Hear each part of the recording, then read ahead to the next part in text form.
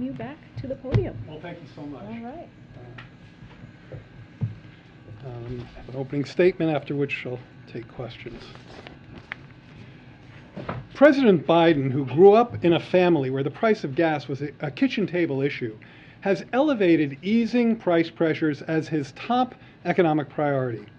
We economists think of this in terms of inflation, inflationary expectations, interest rate changes, a vast array of complicated concepts and measurements.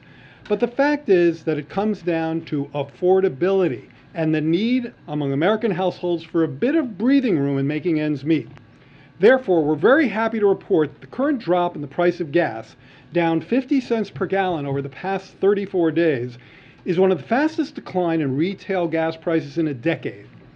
At current prices, the average American driver will spend about $25 per month less on gasoline than they would have if prices had stayed at their June peak. Economy-wide, that means American drivers are saving around $190 million each day from lower gas prices. And since gasoline prices affect the prices of other goods and services through transportation costs, food is a good example, both households that drive and households that don't yield some benefit from lower gasoline prices. Now, the decline in retail gas price is not a daily blip. The chart behind me shows that gasoline prices have declined every single day for the past 34 days. Just yesterday, we witnessed the largest single-day decline in national gas prices since 2008. As we all know, in contrast to the, quote, law of one price they teach in Econ 101, gas prices vary from place to place. But according to an industry analyst, around 20,000 gas stations across over 30 states are now charging less than $4 per gallon. Now, we know this is a volatile market. That's one reason we're highlighting a trend here and not a blip.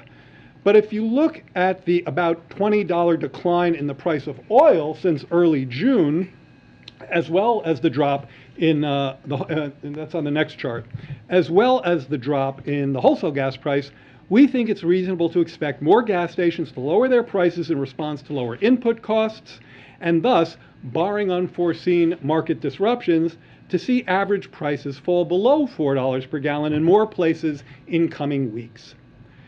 While there's a lot that goes into setting the global oil and gas price, the historic actions taken by President Biden to address the impact of Putin's invasion of Ukraine have helped and continue to help to increase the global supply of oil and therefore are in the mix of factors driving down the price.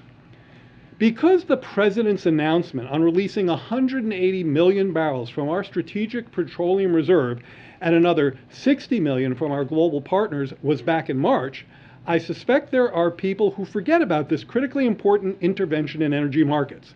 But this action is very much in play in today's market, currently releasing a record 1 million barrels of oil per day on average, and 84 million barrels so far. These releases have had an outsized effect at a time when the market is especially tight. In fact, as one leading oil market analyst put it, quote, "The U.S. has become the world's oil barrel of last resort, single-handedly keeping prices in the energy market from exploding even higher by selling a large chunk of its strategic petroleum reserve," end quote. Two further points before we take your questions. As gas prices are coming down, our labor market, which is where working-age families get most of their income, remains historically very strong. Job gains continue to come in at historically high levels. Private sector employment has surpassed its prior peak, and the jobless rate has been at 3.6%, just about its pre-pandemic level, for 4 months in a row. As someone who has carefully tracked labor market recoveries for decades, I assure you that this one is already in the record books for the speed of its recovery, and there's no question that the American Rescue Plan, with its shots in arms and checks in pockets, helped to achieve that goal. Finally, while the lower gas price creates some much-needed breathing room, American households need a lot more. Congress has enormous opportunities to help by continuing progress on both prescription drug costs, the cost of health coverage, and long-term growth with CHIPS Act.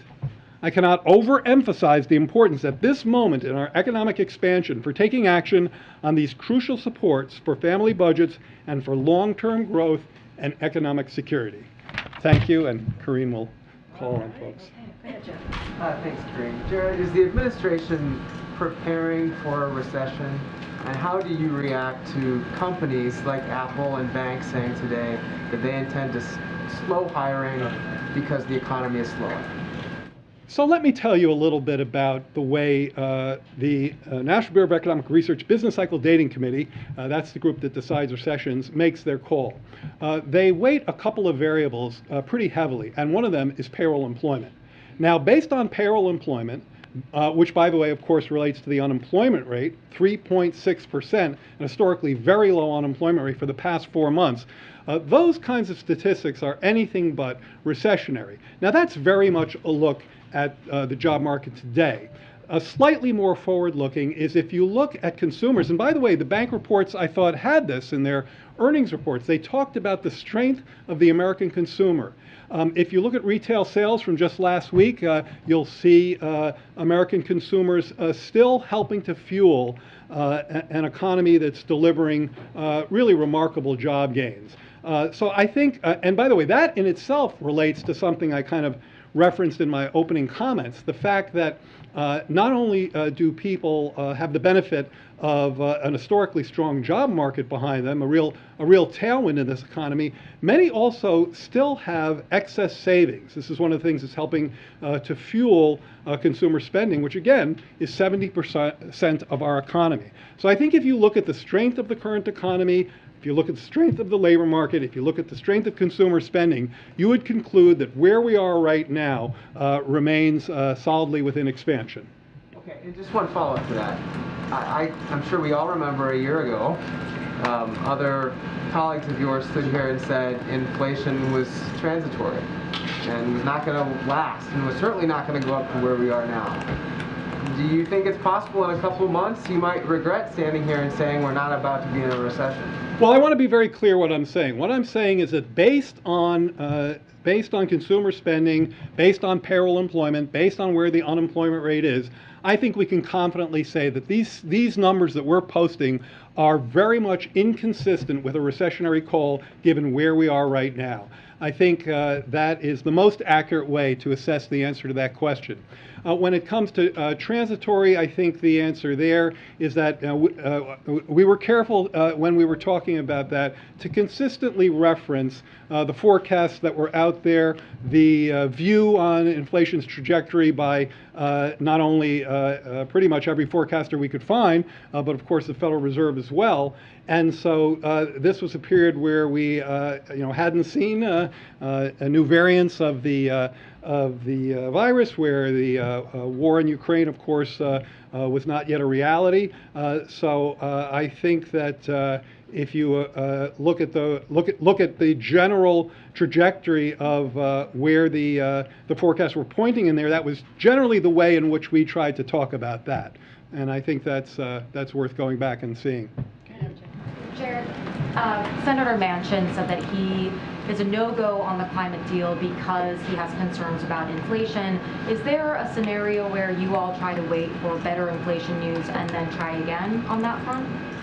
Well, let me just start by saying, better inflation news. I mean, that's again, getting into a level of forecasting that I'm not going to do in this period of uncertainty. What I can very much assure you, though, is that the price of gas is considerably lower in July than it was in June. And this is something the president referenced when the June CPI report came out. We're talking about, as I mentioned in my opening comments, a situation where the price of gas is falling at about the fastest rate it has in a decade, and where more than 20,000 gas stations now are selling gas for less than $4 a gallon. That will show up as some easing of prices. I think when it comes to reconciliation, the president has a view that was very clearly laid out in a statement last Friday. He will always follow a legislative path to get the deal done for the American people, to deliver the kind of relief, both near-term and long-term, that he came here to administer. But if part of that legislative path to reconciliation closes, we have other options. We can certainly pursue reconciliation with two critically important policies, lowering the cost of prescription drugs and lowering the cost of health insurance premiums to folks who get that from the exchanges. Particularly on those are both really important. Let me say a couple words about them. When you're talking about the exchanges, you're talking about 13 million people who are looking at a potential increase in their average premiums of $800 a year. Now, the Center on Budget, where I used to work, did a calculation showing that for a couple 60 years old with $45,000, so not rolling in dough exactly, failing to extend these enhanced premiums would raise their premium cost by $1,900. Now let's talk about prescription drugs for a second. Presidents from both parties have long tried to accomplish this critically important measure to stop prohibiting Medicare from competing in the market, to lower drug prices for our seniors. Now, I think you have to ask yourself why it is that in other countries, people pay 2 to 3 times less than we do for the same drugs. The same pill costs 2 to 3 times more here than it does there. The relief that we could deliver to our seniors from allowing prescription drugs to compete, as the president has stressed, is not just essential for their living standards and their well-being. It is a way to actually ease inflationary pressures. So this is a very clear choice of whether you stand with Big Pharma or whether you stand with American seniors in the Medicare program, which, by the way, will be $100 billion better off over 10 years if we can achieve this in reconciliation. Now, the Democrats appear to be aligned on that, and that along with the premium coverage would be an absolutely huge win for reconciliation. Thank you. Following up on Jeff's question about transitory inflation, I'm curious what made the White House realize that the phrase was inaccurate and also politically problematic? I think it has to do with the, I'm going to use economics, or the periodicity, which is, see, this is why you do a better job than I do. I think it has to do with the ambiguity about the length of that word. Is what it has to do with. I think it has to do with the ambiguity about the length of that word.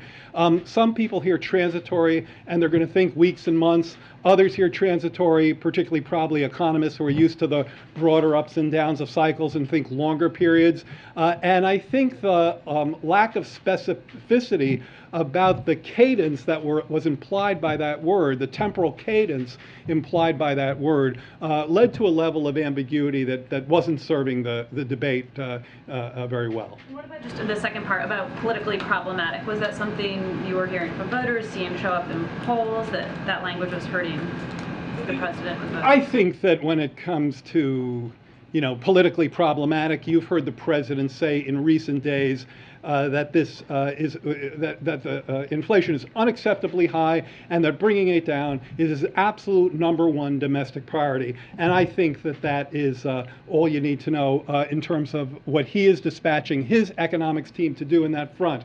Now, I also think, and let's not lose this because I think it's really important today, this is why I tried to focus in on my comments at the top, is that his actions, this is not just forward-looking. It is, but it's not just forward-looking. Actions he has taken thus far are providing real relief to the American people, okay? His release of oil from the strategic reserves, his increase in E15 ethanol, these are not the only reasons that the price is behaving as you saw in those charts, but they are in the mix. The president's actions taken thus far are helping to provide real relief, real breathing room for the American consumers at the pump. So this is not just an aspirational a goal of this president. This is something he and his team are actively working on.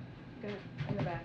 Thank you, sir. I have 2 questions. The first quick one is, I guess, does the council have an estimate for how much the administration's regulatory changes have combated or contributed to regulation, to inflation thus far? I think in many ways we've been talking about a lot of that already. I mean, I just mentioned the E15 ethanol waiver, so that's a waiver that helps increase the supply of gasoline, particularly in the Midwest. I think certainly if you broaden sort of the regulatory scope to consider executive actions and rule changes, you see a lot more. I mentioned the strategic reserve release. We haven't talked about this yet, but the president has made real progress in helping to ameliorate food price pressures through issues that include double cropping, taking action on fertilizer prices, ocean shipping. So all of these are actions that he's taken. In some cases, they've involved legislation, but in many cases they haven't. And then my second question, tomorrow marks the one-year anniversary of President Biden insisting that high prices and inflation, in the president's words, were expected to be temporary. A lot of my colleagues have asked similar questions, but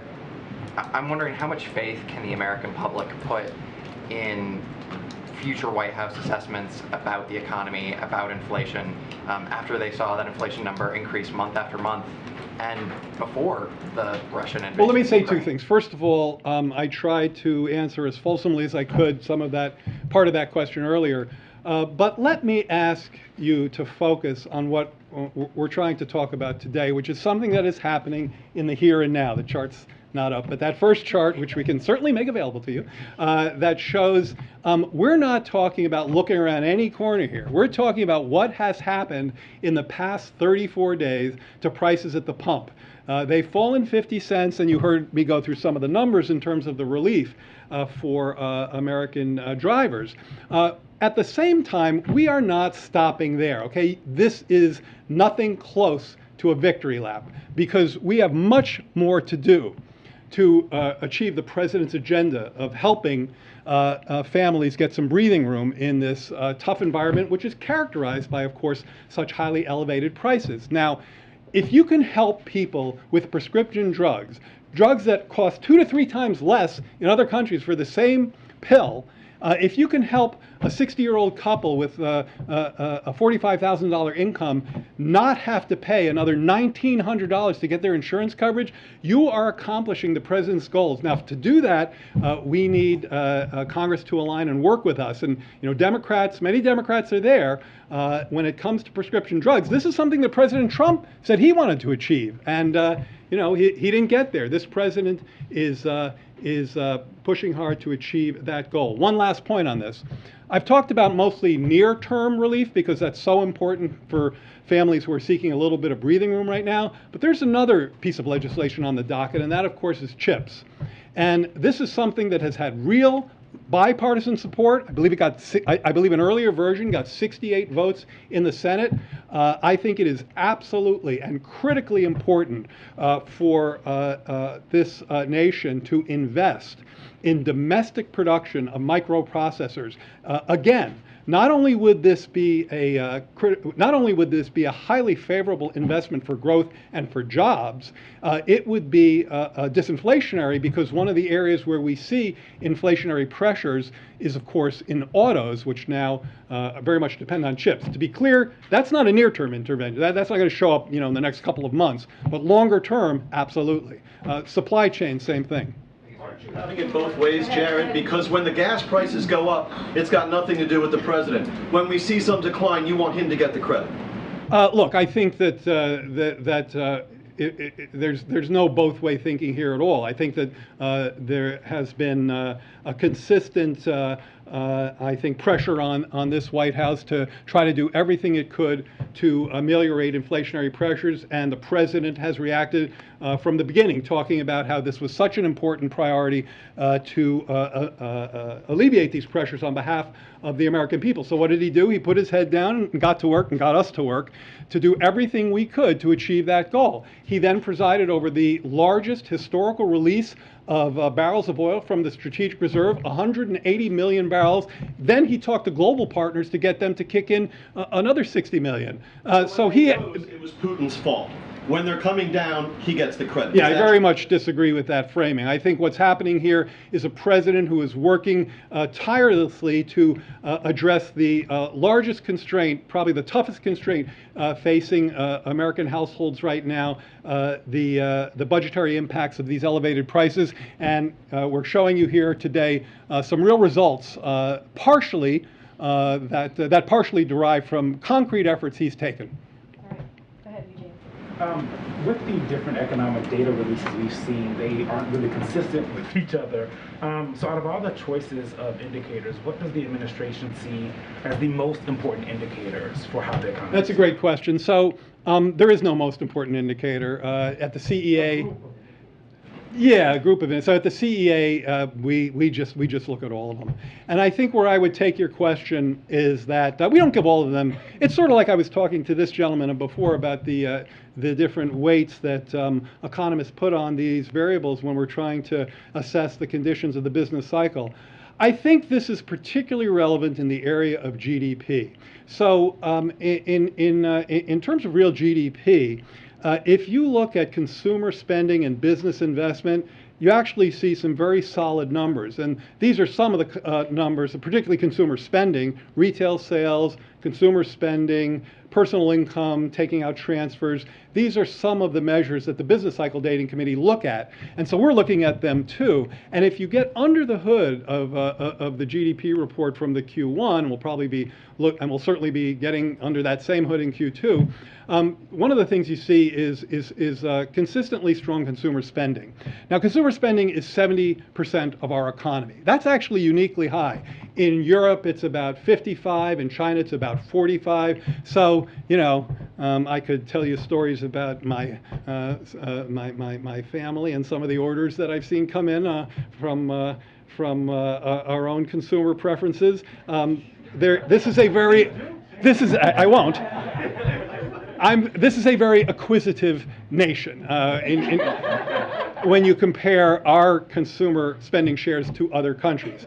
So when you're looking at an economy with a 70% consumer spending share, and then you look at a labor market, which is, of course, as I said in my comments, which is, of course, where most working people get their income, it's from the labor market, and you look at the level of elevated savings, which, again, has the fingerprints of the rescue plan on it, you get a sense of what we're looking at in terms of economic indicators that continue to fuel pretty robust consumer spending. And that's an important, I think, element of the current economy. So a quick one on student loan debt and cancellation. Does the White House have any concern that canceling any amount of student loan debt will further aggravate inflation? And what kind of a status update can you give us on the president's deliberations on that? I'm not going to get ahead of the president and give you any kind of a status update. What I will say are things that I myself have said, and NEC Director Brian Deese has said, that if you think about the inflationary implications of student debt relief, and you think about those of restarting payments, they push in different directions, and we think that we think broadly speaking that those effects would essentially neutralize. Thanks. Jared, you said over the weekend that the president is going to look to enact his climate agenda with or without Congress. But realistically, how much of it can he enact without Congress, especially now that the Supreme Court has tied his hands to some degree when it comes to emissions regulations at the EPA? I think realistically, there is a lot he can do, and there is a lot he will do. The president will aggressively fight to attack climate change because he knows it's one of the reasons he's here, and it is absolutely core to transitioning from where we are to where we need to be. Now, I think I've given you a fulsome sense today of that both of the sides of that transition are important. Affordability at the pump, yes, but we also have to plot a path to clean energy. I said over the weekend that it's kind of unfathomable to me that one wouldn't appreciate this urgency. If you look at the costs to our economy of floods, of droughts, of fires, if you look at the global economy and you see the kinds of heat waves that are occurring right now, scientists will tell you all day that this very much relates to global warming. you're talking about something like $120 billion a year in cost to our economy. If you think about the geopolitical costs occurring when a Russian plutocrat weaponizes energy and fossil fuels and funds this unjust aggression against Ukraine with it, you get another sense of just how important it is to intervene. And this all comes from conversations we've had with the president. That's how urgent this is. Now, you asked what can he do. Let me start by telling you a little bit about what he has done. He has taken unprecedented action already to tackle the climate crisis.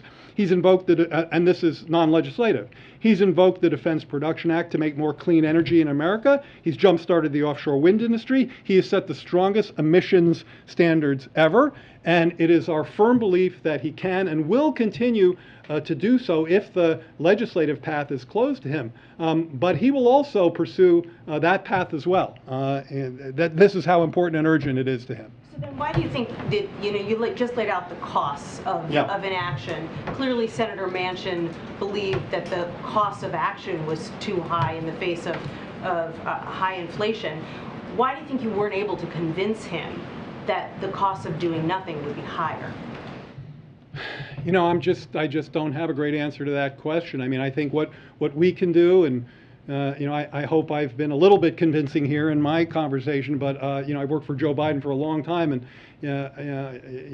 I found him to be profoundly convincing in this area. And he's someone who's been in the Senate for decades, so it's not like he grew up in a world where climate change and global warming were the top of the agenda, but his understanding of that, his a deep appreciation of the urgency of what I've just described of you is as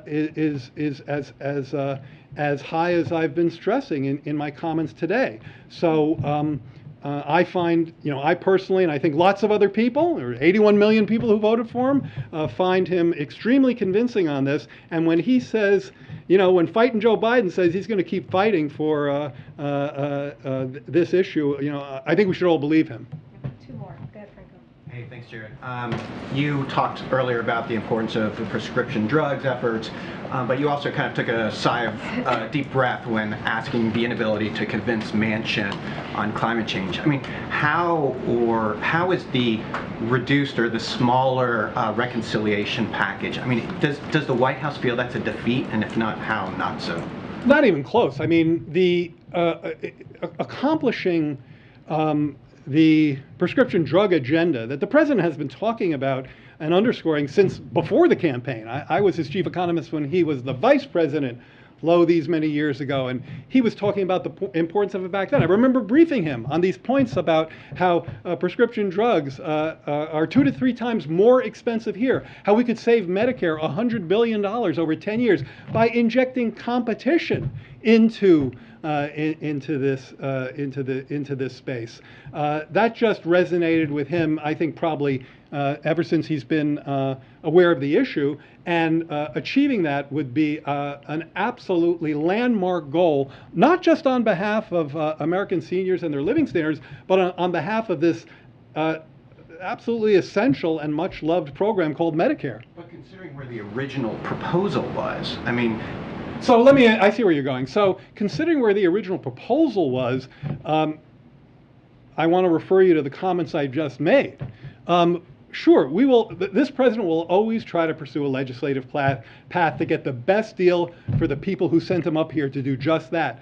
But if that path closes, he will find another path, and he'll keep working on the legislative path.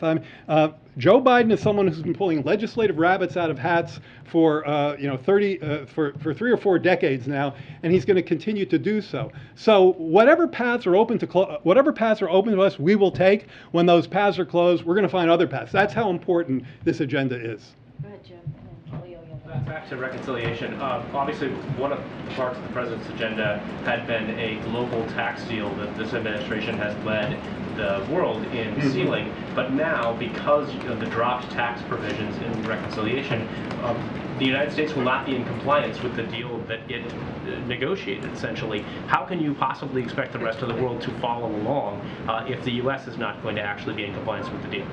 So let me say a few things about that, kind of warming up to the answer, because I want to just give a little bit of a runway.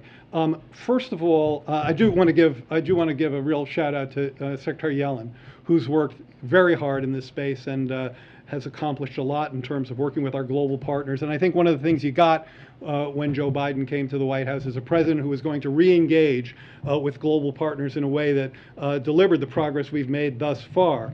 I also want to say something about this idea that has come up in some recent discussions that somehow increasing taxes leads to higher inflation. It's hard for me to even put the phrase together because I think it's really the other way. When you increase taxes, particularly on those particularly on those at the highest incomes. So you're not talking about people who are liquidity constrained, for whom inflation is nearly the problem that it is for middle or lower income people. When you're talking about tax increases for those at the top of the income scale, this is deficit reducing, and reducing the deficit is disinflationary, not inflationary. By the way, just a side note here. I was just looking at some of these numbers in my preparation for the shows I did yesterday. The budget deficit has come down 77% in this fiscal year, in the 9 months of this fiscal year, from October 21 through June 22. That's the largest decline on record over that part of a fiscal year. And I know some people say, well, that's all just spending coming off of the rescue plan. In fact, spending is down. Spending is down. I think I have these numbers right. Yeah, spending is down 18%. Receipts, tax receipts, are up 26%. I'll put these later out on my blog today. Econ Jared 46. I'm going to put these out so I have these. I'm pretty sure I'm remembering them correctly. Yeah, I'll get back to that in a second. So deficit reduction is disinflationary, and tax increases, fit into that. Now, in terms of the global tax deal, there's a lot of moving parts going on with that right now, Jim. The president remains fully committed to this. The Treasury Secretary fully committed to this. We have a staff that's worked on this intensely for month after month after month, and it is any rumors of its demise are hugely premature. Kelly, the last question. I have one quick follow-up and then one question. On the issue right off the bat that Jeff asked about preparing for a recession, understanding that you made it clear that you don't see those factors, how important is it for you to give the president guidance on what could trigger a recession so that he can take action? And then secondly, what have you learned from your national security colleagues about what came out of Saudi Arabia and how that might affect gas prices and your expectations on what OPEC and others might do in a few weeks? In a few weeks is what the president had said. Let me start with the second part of your question. We saw Saudi Arabia say it would work to increase its capacity for oil production, and I'd refer you to them for more information on that. Remember, they're a key member, of course, of the OPEC cartel. And as the president said, we welcomed their decision, OPEC's decision, to increase production by 50% above what was planned for July and August. So that's already in the mix. Now, in terms of keeping the president abreast of these issues, one of the things we do at CEA, I don't know how this is one of the ways we spend a lot of our time, and I suspect folks know about it, but just so you know, is that every economic report that we get, we write up and we put it in the president's book.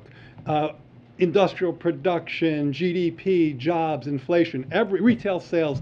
We and particularly Chair Cecilia Rouse of the CEA are in very close contact with the president and the senior staff, always updating him on economic conditions. So there's nothing I've told you today that he doesn't know. And so in terms of his preparation for the potential of a recession, he's getting advised on that on a day-to-day basis. He is getting full information, just as I hope I've given you today, on current economic conditions and anything we can see around the corner. Okay, thank you so much, Thank you. Jared. Thank you for your time. My pleasure. We kept you long. Thank you. Thank you, sir. Thanks, All right, come back anytime. Okay. I forgot to. Right? I agree. I agree. And welcome back to everyone who traveled with us to the Middle East. Okay, I have one thing at the top, and then we'll get going. So I want to call out a few reports from over the weekend that illustrate exactly what we are talking about when we say the impacts of the court's decisions are devastating, extreme, and threaten women's lives. This is the court decisions on Dobbs that came down almost 3 weeks ago. These reports also pull back the curtain on what some elected Republicans officials are trying to do by taking away your rights, taking away freedoms, and taking away privacy. First, before Texas extreme abortion law took effect, it was reported that one woman there received a standard procedure for a first trimester miscarriage. But after the extreme law, it was reported that when she had another first trimester miscarriage, the same hospital wouldn't perform the same standard procedure. Instead, they sent her home. They told her to return to the hospital only if her bleeding was so excessive it filled the diaper more than once an hour. This is outrageous. Now, another report we're hearing, Republicans in Congress, more than 100 of whom have already said they're in favor of a nationwide abortion ban, are being urged by extremist groups to focus on instituting such a ban at the federal level. So I want to repeat that again. A ban at the federal level, not just state by state. So this would criminalize doctors and other healthcare providers who provide abortions in every state across the country.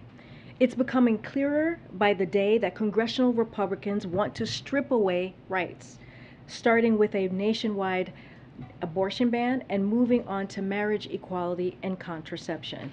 With that, I welcome you to your first time in the AP seat, right? Thank you. All right, so go ahead. A couple quick questions on the Saudi trip, and I'm wondering if the president believes that the trip was a success and worth the criticism that he faced domestically. And also, following up a little bit on Kelly's question, when precisely will Americans start to see tangible benefits coming from the trip? Is it the next OPEC Plus meeting? The president did seem to indicate something in the coming weeks.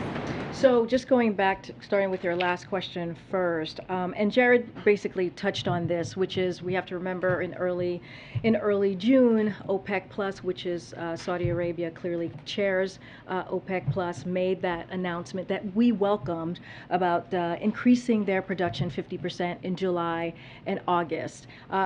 The conversations that the president had in Saudi Arabia in the bilateral meeting that he actually read out, as you all know, in a press conference that same Friday in Jeddah, they talked about energy securities, and Jake Sullivan actually said this as well: is that we will measure success in the next couple of weeks. We anticipate to be an increase of production, but again, it's going to take the next couple of weeks, and that will be up to OPEC Plus. And also, the president has talked obviously a lot about his support for a free and independent media, and I'm so wondering why the U.S. press did not get access to that greeting between President Biden and the crown prince, and we had to rely on Saudi state media for the images of that fist bump. So first thing, because I do want to touch, you asked me another question about what we believe got done. So let me just read off a couple of things there, and I'll get to your most recent question there. So just so that folks know, Saudi Arabia announced it will open Saudi airspace for flights to and from Israel, a historic decision that will pave the way for a more integrated, stable, and secure Middle East. As you know, when Jake Sullivan and I gaggled on the plane when the president flew from Israel to Saudi Arabia, that was a historic flight. So just want to make sure that we acknowledge that. The GCC +3 pledged billions to address food security resulting from Putin's war against Ukraine. Saudi Arabia committed to support global oil market balancing for suspended economic growth. This is what you were just asking me about. The United States has welcomed the OPEC Plus decision to increase production by 50%.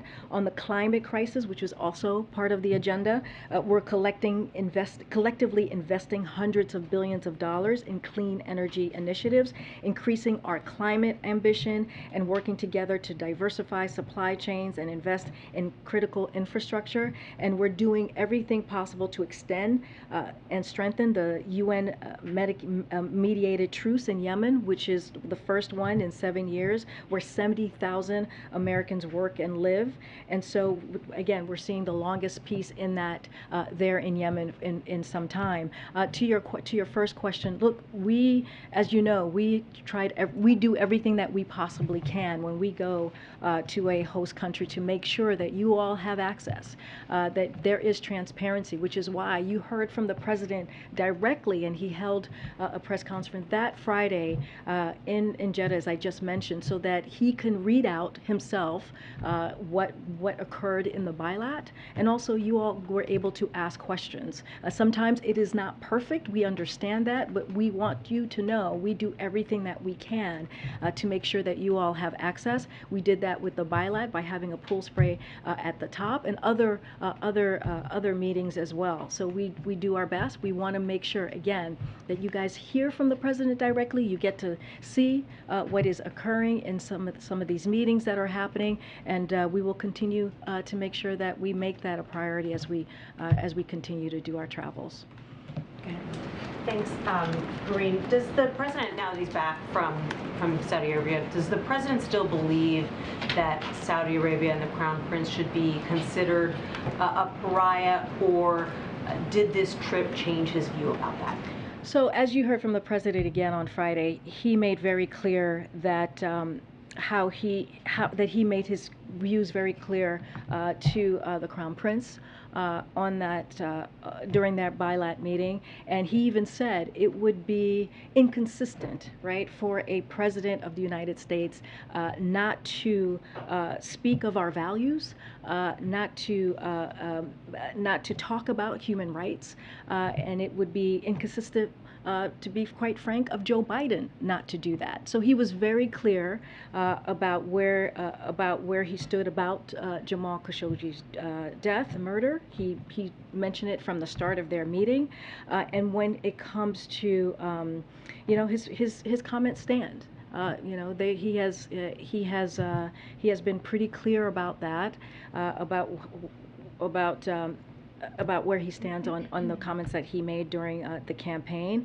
And look, I think one of the other things I do want to be very clear about is, if we're going to talk about human rights, if we're going to talk about our values, he believes it's important to have that straightforward leader-to-leader conversation. The president has talked about that many times, about how important it is to talk directly and frankly with leaders when it comes to our values, when it comes to issues like human rights, and he will continue to have those conversations. And yet the Saudis say that conversation about Khashoggi never happened. The foreign minister says he was there and he didn't hear the president confront MBS in that way. So are they lying about that? And if so, does that indicate that actually they are not getting the message?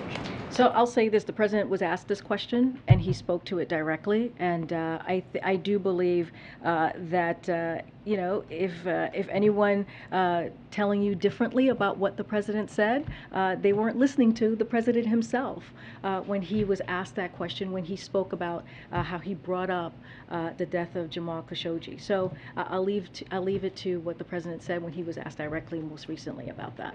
Okay. Thanks, Karine. On the Uvalde school shooting, was the president briefed on the findings by the Texas state legislators investigating the law enforcement response to the report that was just released? So he's aware of the report. I will say this: it is devastating. The report, it adds and frankly unacceptable. The report that came out I believe just yesterday.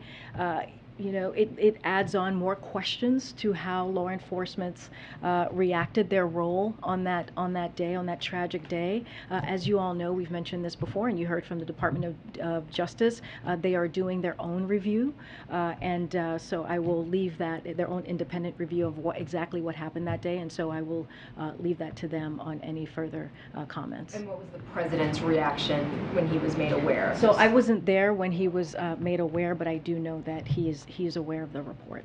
And on oil and gas prices, Jared Bernstein came out to highlight these prices being down, but many industry analysts think that this could be just a temporary reprieve, that these prices could very well be going up again, maybe even in the fall. Oil was trading above $100 today. How concerned is the administration that oil and gas prices could be on the upswing again in the short term? So, look, the president is going to continue to do everything that he can to make sure that the American public continues to get that little bit of relief. Look, what we're seeing here today, what we're seeing in the last 34 days, and that 50 cents, now we're seeing 50 cents on average per gallon that has come down. We see in 30 states across the country, we see we see gas at $3.99. Like Jared said, we're not doing a victory lap, but this is important. This is important to note that the work that we have done, the work that we will continue to do, is going to give relief, $25 a month to American families. We're talking about nurses, we're talking about teachers, we're talking about firefighters. This is going to have a real impact on their lives. And so, look, you know, what we're looking at is what we're seeing currently, what we're seeing at this moment, and I think it's important to lift that up. And again, the 1 million barrels a day from the Strategic Petroleum, a historic action by the president, the 240 million barrels that the president was able to get leaders to do, the ethanol 15, which is the homegrown biofuels, which helped lower gas prices across in gas stations across the country. All of these actions are important. Now, do we need to do more as we talk about inflation, as we talk about the elevated number that we're seeing in inflation? Yes, that's why the president's going to continue to work with Congress to make sure that we're lowering costs for the American families, like prescription drugs, for example. And if we are able to do that, we are on the cusp, as Jared was saying, to really winning against one of the wealthiest special interest groups, which is Big Pharma. All of these things are important to note. And again, we're just going to continue doing the work, but also we want to highlight what has occurred these past 34 days. Go ahead, Joe. Karine, what is the White House's strategy now for engaging with Senator Manchin going forward? So, as we like to say here, we're not going to negotiate in public. The president and Senator Manchin have a very close relationship. We will continue to have the conversations that we have been having with him for the past 18 months on a different variety of issues. But again, not going to negotiate in public. But we do want to lift up you know, what's about to happen, what we're on the cusp of doing with the reconciliation bill is going to impact tens of millions of Americans' lives, and that matters as we're looking at healthcare. When it comes to climate change, you saw the president's statement just recently. If Senate doesn't act on that and doesn't take action on climate, he has a contingency plan, which is using his executive authority to make sure that we take on climate change in a way that's going to be effective. I don't have anything to read out to you on that particular action, but again, we're not going to negotiate from here, and we're going to just continue to make sure that we deliver for the American public. Do you feel like Senator Manchin led the White House on with regard to climate? Again, I'm not going to negotiate in public here. I'm not going to lean in or give any pull back the curtain on private conversations. We are prepared to act if need be, if Senate is not able to include the climate provisions that we have discussed.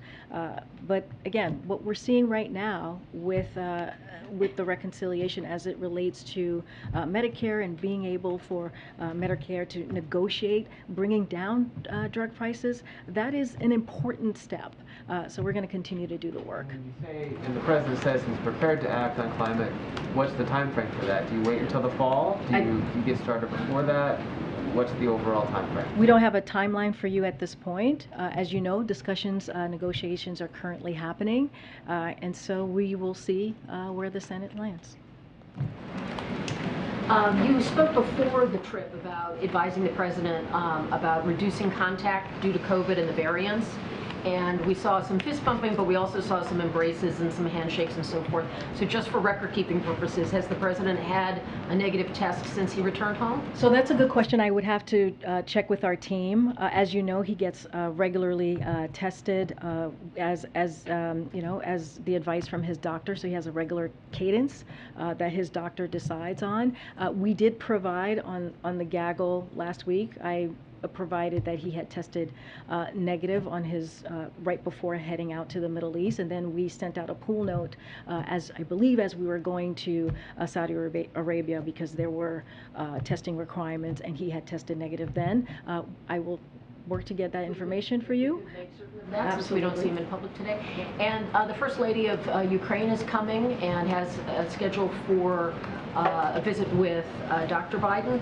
Do you expect the president will drop in on that? So I don't have any more details to share with you. I know she's meeting with Secretary Blinken today. She's meeting, this is the First Lady of Ukraine, is also going to be meeting with Administrator Power once we have more information on our side on what the schedule looks like this week. And if that includes her, we will certainly share that. Thank you. I'll come to you after. Just following up on something the Vice President said today, does the President agree with her that the recent Supreme Court decision on abortion access is similar to slavery? I have not seen her comments. I would like to see her comments for myself Her comment before. was, we know, NAACP, that our country has a history of claiming ownership over human bodies. And today, extremist so-called leaders are criminalizing doctors and punishing women from making healthcare decisions for themselves. Well, she is correct. Today's decisions are criminalizing doctors and essentially taking the rights away from women, taking the freedom away from women, really taking away people's privacy. That does matter, and that is important. Slavery, so the president agrees. For me, I appreciate you reading out what she said. I need to actually see exactly what was said and in what complete context. That's what I need to do as a spokesperson for the administration. But I will say that second part of what you just said, the Vice President is actually right. I just at the top, I just laid out what women are going through in this country because of an extreme decision that SCOTUS made.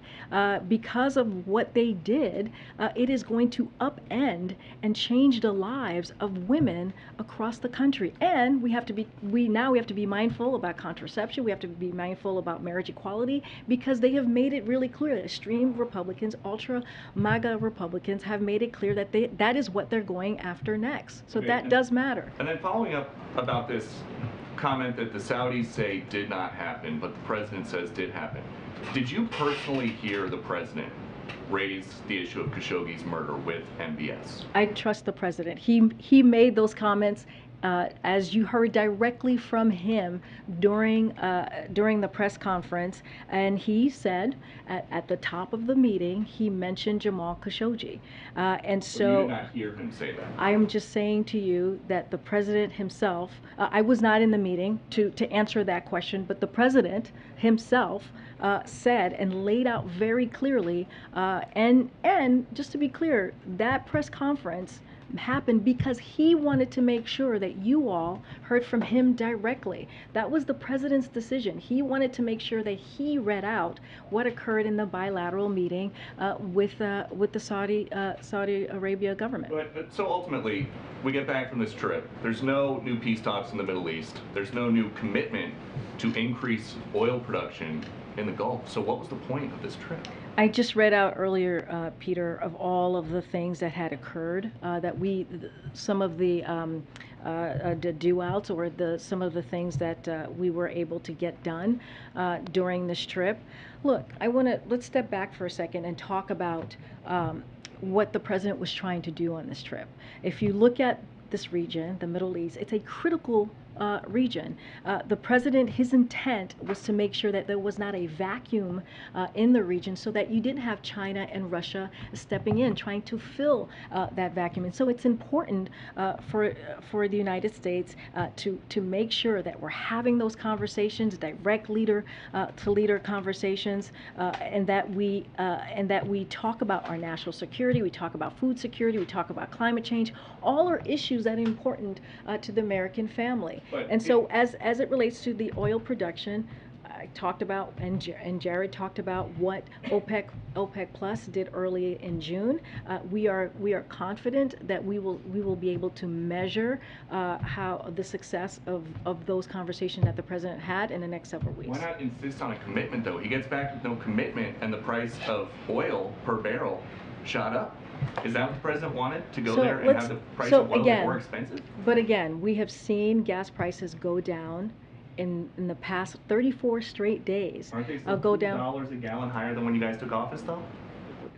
First of all, we have to look at the impact of how we got there, right? You think about the war that Russia has taken on in Ukraine, an unmitigated war, and a war that is brutal and that has had an effect on the price gases going up, almost $2. We have talked about that endlessly. And also, we are also in a once-in-a-generation pandemic. So there are outside factors that has led to gas prices going up, to food prices going up, to inflation going up. So that is really important. What we have seen in the last 34 days is that gas prices have gone down on average by 50 cents a gallon. That matters. That matters to teachers, that matters to firefighters, that matters to nurses, that matters to everyday people. And the president is going to continue to do the work to make sure the prices go down. I'm going to continue, Peter. Thank you. Well, actually, let me try and go to people I haven't called on. Go ahead, Jenny. Thanks.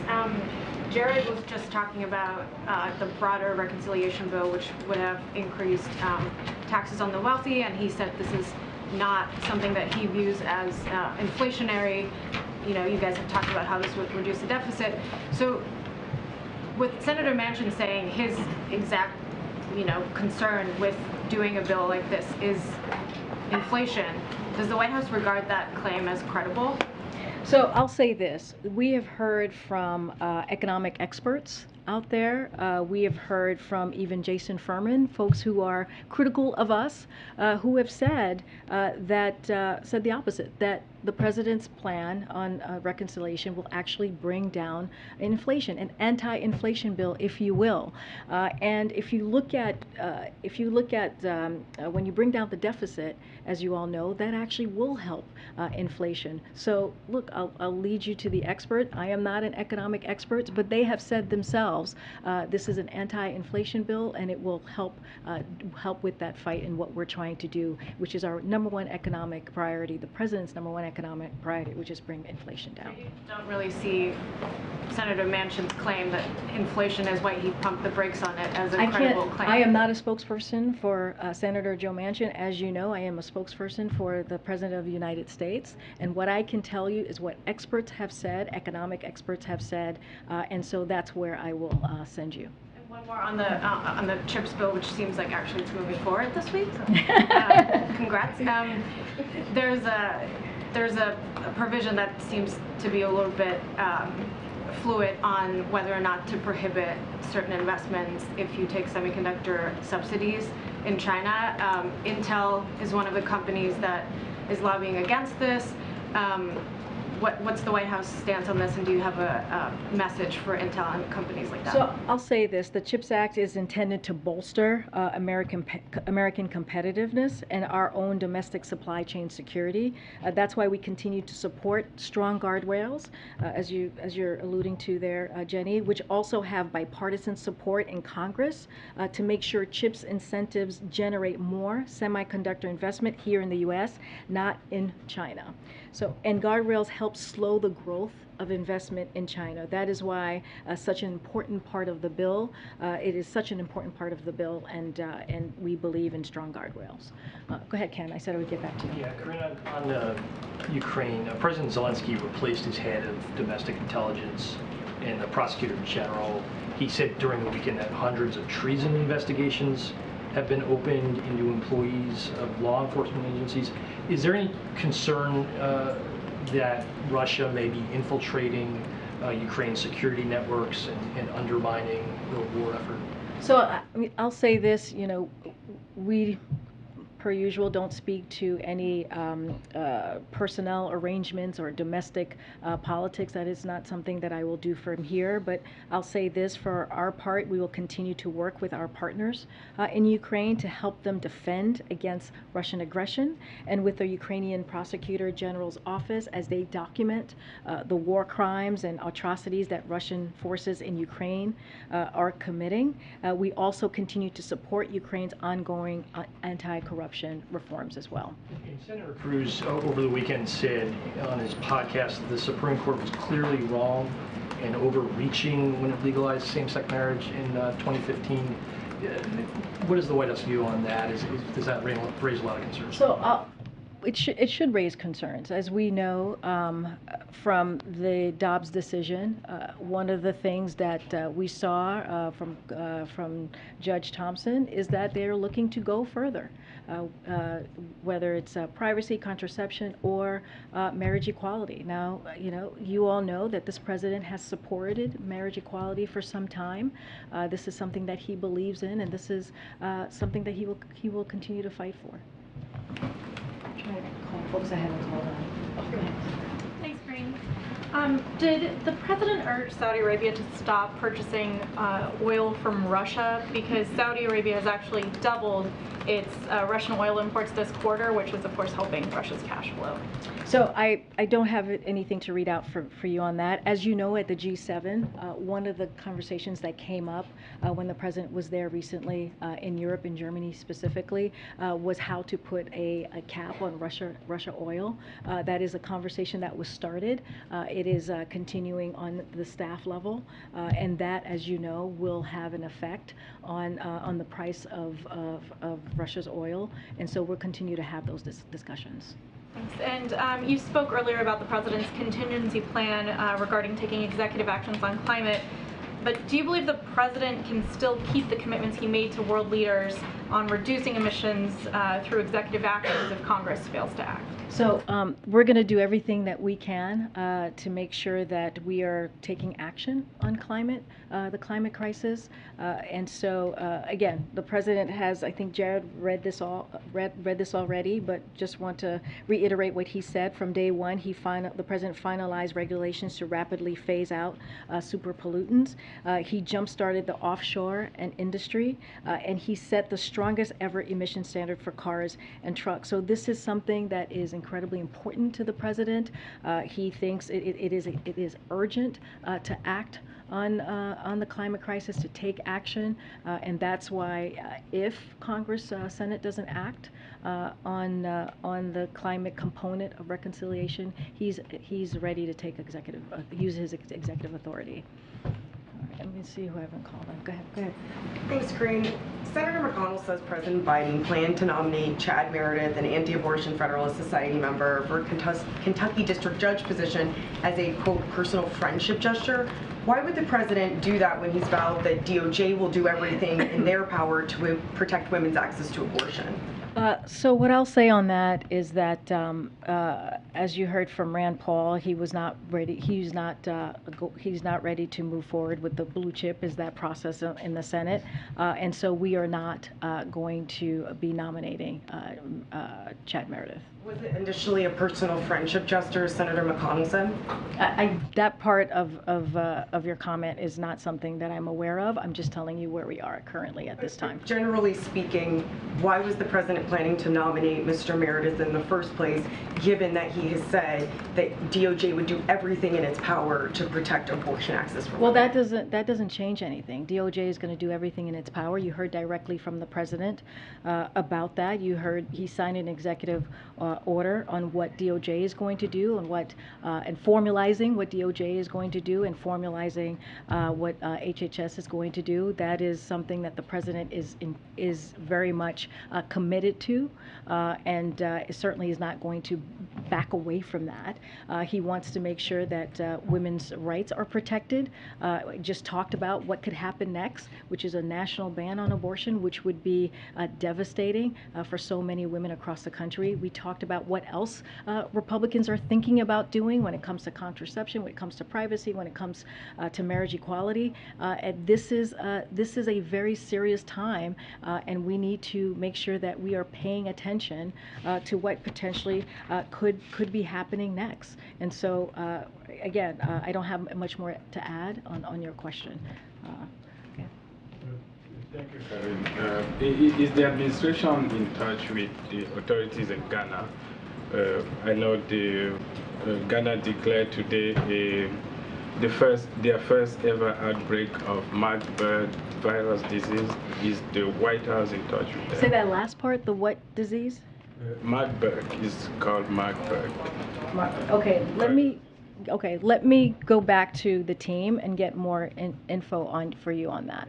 And then what's your strategy in reassuring the international community that yes, the president met with the killer of Saudi Arabia, but the U.S. remained committed in human rights? Well, so this is what I said earlier to someone who asked me. The president believes that it is important, as we are talking about human rights, as we are talking about American values, it is important to have those frank and direct conversations with leaders and be very, very clear on where we stand as a country. This is what the president, you heard directly from him when he held a press conference in Jeddah, as I've stated many times at this point, this afternoon. He made that very clear. He spoke directly, he spoke firmly, and that is a continuing conversation that he is going to have. Human rights issues come up frequently when he is meeting leader to leader. That will not stop, that will not end, and this is something that the president has been committed to for his entire career. Okay. On the same topic. Thanks, Karine.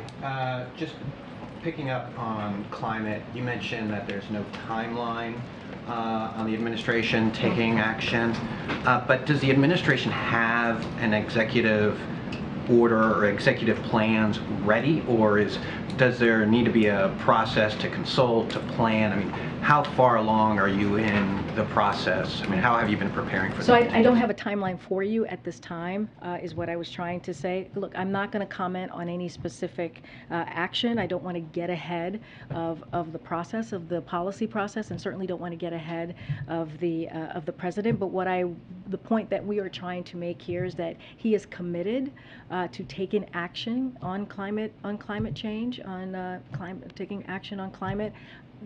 But right now, I just don't have anything to share at this point. Is there anything you can share on how has the administration been in the process of preparing for this type of contingency? I'm not getting ahead of the policy process. One more. Can you just say when the president will announce his decision on China tariffs? Again, I don't have anything more to read out for you on China tariffs. Look, the way that it was handled by the last administration was it was bungled. If I'm going to be really honest here, it was not done in an effective way. China has not done their part, and so the president wants to make sure that his team is looking at every option, is looking at exactly how to move forward. We just don't have an announcement to share or anything to preview at this time. Just to go back to Senator Manchin and the energy provisions, he said on the radio on Friday that he didn't tell Senator Schumer that he was out on the energy and climate provisions, just that he wanted to see another month of inflation data.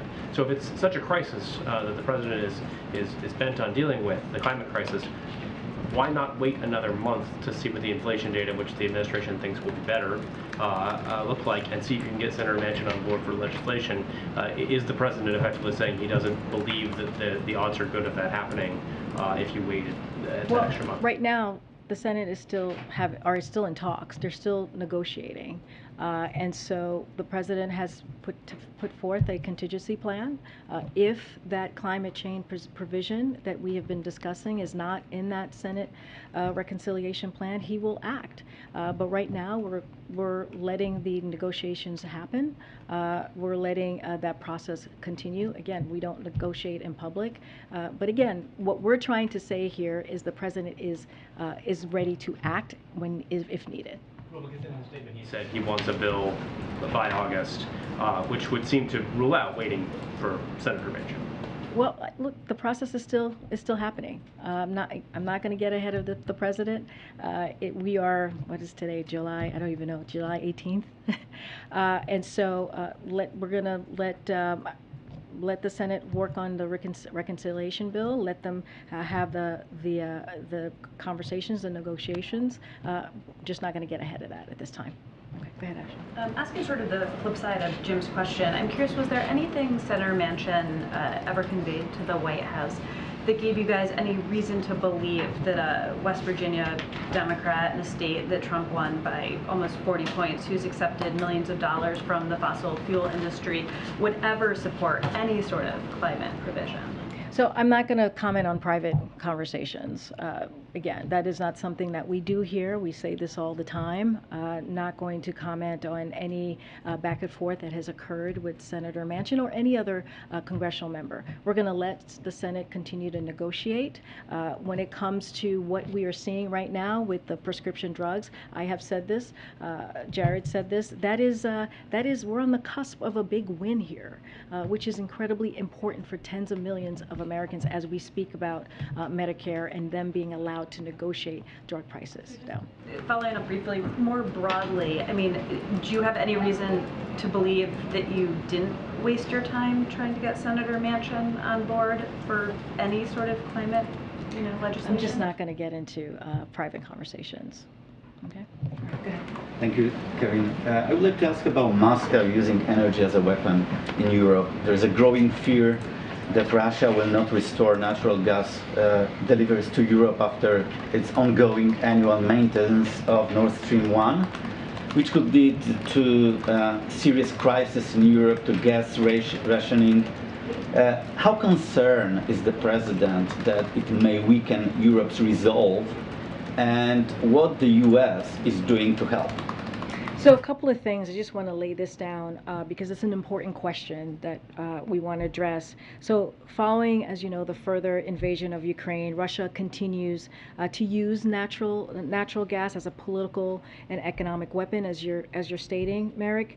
Russia's energy corrosion has put pressure on energy markets, raise prices for consumers, and threaten global energy security. These actions only underscore the importance of the work both the United States and the European Commission are doing to end our reliance on Russian energy. President Biden formed a task force, as you all know, we've announced that here, on European energy security with EU President von der Leyen.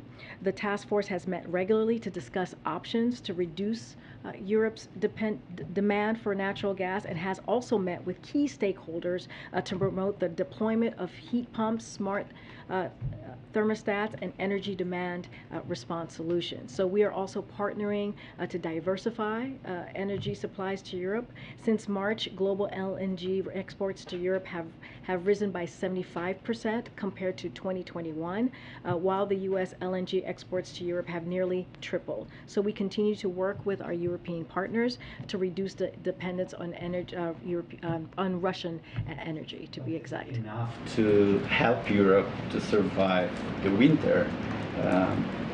Russia may at any point, anytime, cut natural gas deliveries to Europe. It's real fear in Europe right now. No, we understand that. That's why we created the task force, and the task force is going to do everything that we can to make sure that we deal with the dependence that European countries have on Russian oil. Look, we have seen. I just laid out.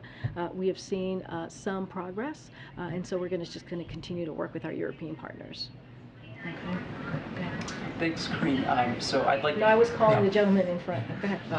On abortion, in 2 weeks, Kansas is going to vote. They're going to be the first state to vote on the abortion issue.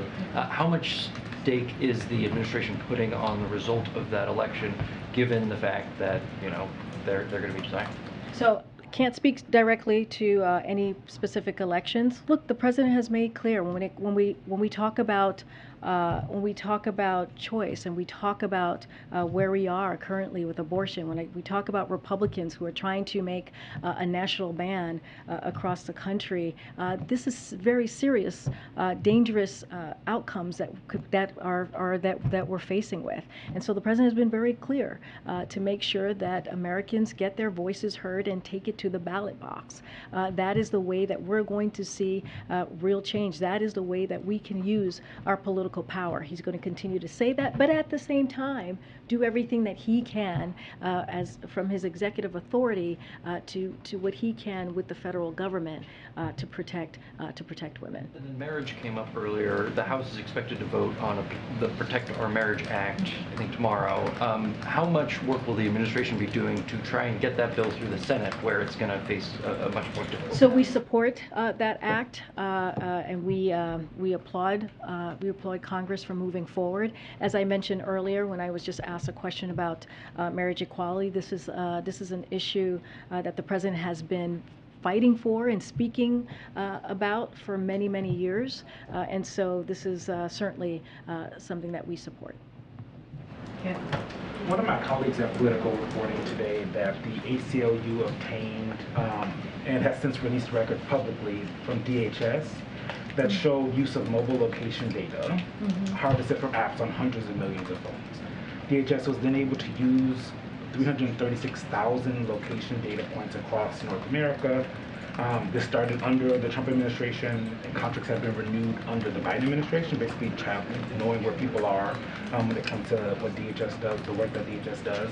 Does the president stand by using location data on this scale, especially in light of concerns of the use of phone data when it comes to period tracking apps, which the administration has talked to quite a bit? So I have not seen this data, so I need to take a look at it so that I can respond in a way that's fulsome and be able to answer your question. I just haven't seen that data, but I refer you at any more specifics on that. Clearly, I refer you to the Department of Homeland Security. How does the administration feel about using location data? Honestly, Eugene, I just need, in order for me to respond to your question, I just need to see exactly what you're asking me about and what the data is. I can't do that without knowing the specifics. And back to the firing of the prosecutor general in Ukraine. How concerned is the administration, given how closely she's been working with AG Garland, and she was also replaced by someone who's been credibly accused of corruption? How concerned is the administration? Well, I'll say this. Like I said, we don't get involved and don't comment on any political domestic politics that happens in another country. We're going to continue to work closely with Ukraine on their fight for democracy, on their fight against Russia's aggression, and also their corruption reform, as I just stated. We'll continue to work with them on that. Okay. I'll take one more question. Without congressional action on climate, does the White House, does the president see any viable path for reaching his goal of the U.S. cutting carbon emissions in half by 2030? Say that again, I didn't hear you. Without congressional action on climate, does the president see any viable path for reaching his goal of cutting carbon emissions in half by 2030? So again, negotiations are still happening. And so we leave that to Senate and see exactly what is where the process is going to land. The president is again ready to act, ready to take executive authority, use his executive authority if that climate change provision is not included in the reconciliation bill. I'm not going to get into specifics or get into hypotheticals at this time, but we're going to continue again to just let the Senate work. MJ, I know you had a question. I'm going to let you go ahead and ask the question. Does he think that goal can be reached just using executive authority? Again, I'm not going to get into hypotheticals. Let's see where negotiations go. The president, as you know, as we have said, he is committed to taking on climate change. He thinks that it is urgent to do that. There's an urgent matter to do that now, and so we're gonna let the negotiations continue. Again, I'm not going to negotiate from public or speak to hypotheticals. Go ahead, MJ.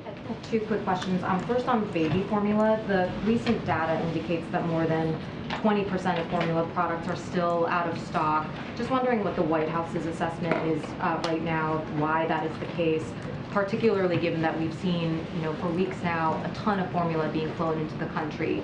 And does it have a sense of when things will actually start to normalize?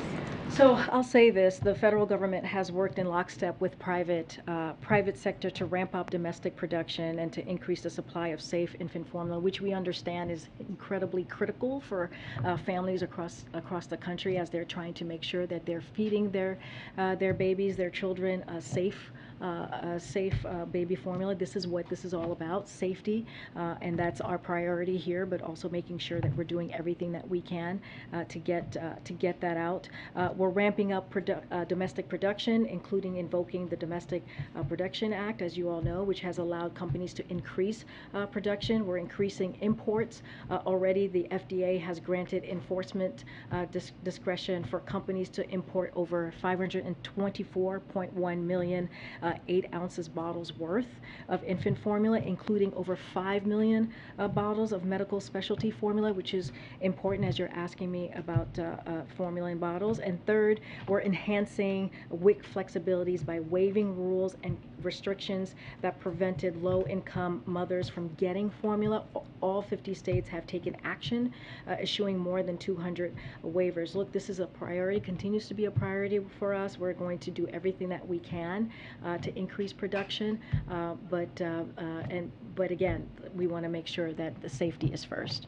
One more follow-up on the Saudi trip. When the president came back from his trip, he was asked if he regretted the fist bump with the Saudi Crown Prince, and he said, "Why don't you guys talk about something that matters?" Can you just help us understand why he suggested that that fist bump did not matter? Well, here's the thing. I think the way that the president looks at this is what were the issues, the agenda that was discussed, the policies that were discussed, and what were the deliverables.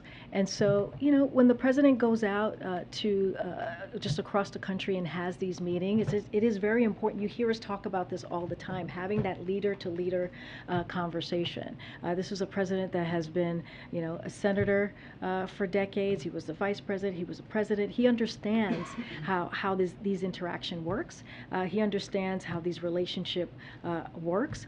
He has experience in it that he believes is incredibly critical and important. Look, again, when he went to the Middle East, it was making sure that there was not a void for countries like Russia or China to step into, to make sure that we were responding to Iran, right? To make sure that he had conversations not just with Saudi Arabia, but a dozen other leaders that were at the GCC +3, and not only that, he was in Israel right before he got to Jeddah. So these are important, he believes these are important policies that are going to help the American public. That's what he's there for. When he goes out, yes, the region is important, yes, the region is critical. There's national security conversations that need to be had and other agenda items that need to be talked about, but also we're talking about the Americans' interest. We're talking about how important it is to make sure that we are delivering as well here domestically. And so that is the focus of the president. But on that comment, he does certainly understand why, for a lot of people, including Jamal Khashoggi's family or colleagues, that fist bump and that meeting with MBS mattered a lot, right? Well, I'll say this. The president he was asked directly about Khashoggi's fiance, and our hearts go out to her, right? Our hearts go out to his family, of course, and to his colleagues. Of course, we understand the pain that everyone is going through. That's why when the president came into office, he released the Khashoggi report, something that the last administration did not do. This is a promise that he made to Congress. This was a promise that he made to the American people to do that. And he took it a step further to make sure that there was the Khashoggi ban, which deals with visa and travel. And that has been used more than 70 times. But we understand the pain that people are feeling. But he also wants to make sure that we're talking about the policy, that we're talking about the agenda, that we're talking about what occurred that is going to help the American public as well. All right. Thanks, everybody. I'll see you tomorrow. Thank you. Thanks, Karine.